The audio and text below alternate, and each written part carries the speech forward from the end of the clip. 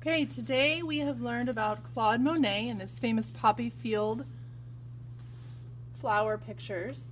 You are going to create your own poppy fields, and we're not going to make them look realistic. We're going to make them look like an impression, because that was Claude Monet's style. He was an impressionist.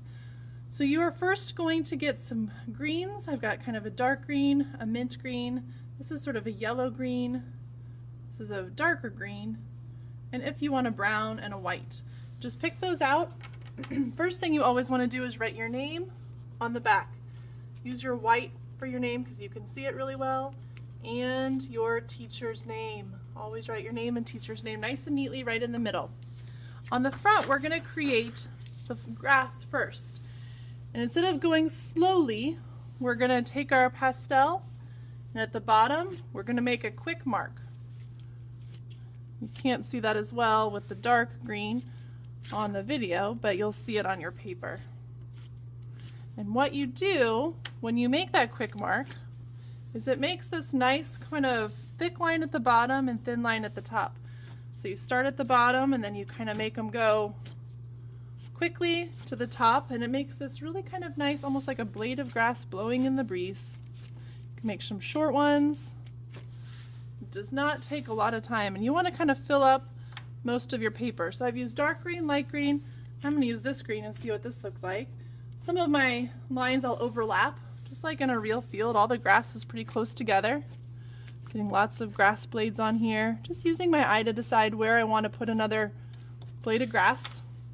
This mint green, that almost looks white when I use it, but I kind of think that looks neat. It looks like the sun is touching some of those blades of grass. Oops, and sometimes that happens. You can see I just broke it. Not a big deal. And then the white, I'm going to do at the very end. The white's the brightest. And that looks nice. Now you're going to get to make a tint. So you're going to get a little tray with some white paint and some red paint.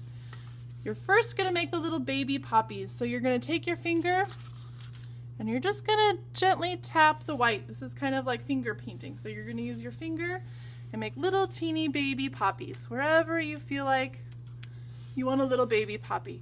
Now if I push too hard with my finger, sometimes I don't get the right amount of paint, so I'm just gently tapping, making my little baby poppies all over, because they're just the white ones.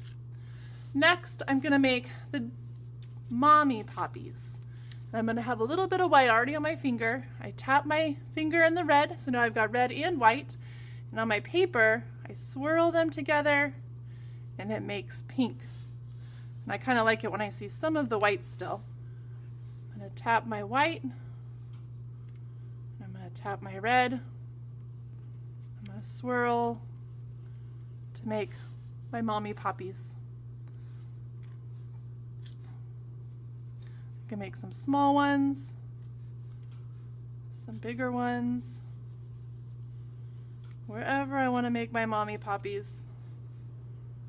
Maybe I just want to have a light pink. If I just use the white, since I have red on my finger and I just don't go back to using red, sometimes it makes this light pink, which is really pretty.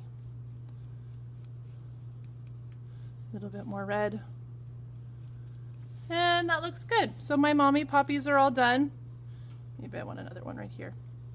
Now when I want the daddy poppies, I just use the red, and they're usually the biggest ones. Some of them can go off the edge of the paper even. You're going to fill up the rest with your daddy poppies wherever you feel like they need to be.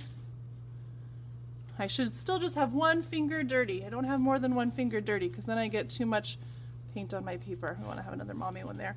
And then when you're finished, raise your hand. I will come get your painting. Obviously you need to wash your finger. Please do that quickly so that other people can wash their fingers, and you're finished.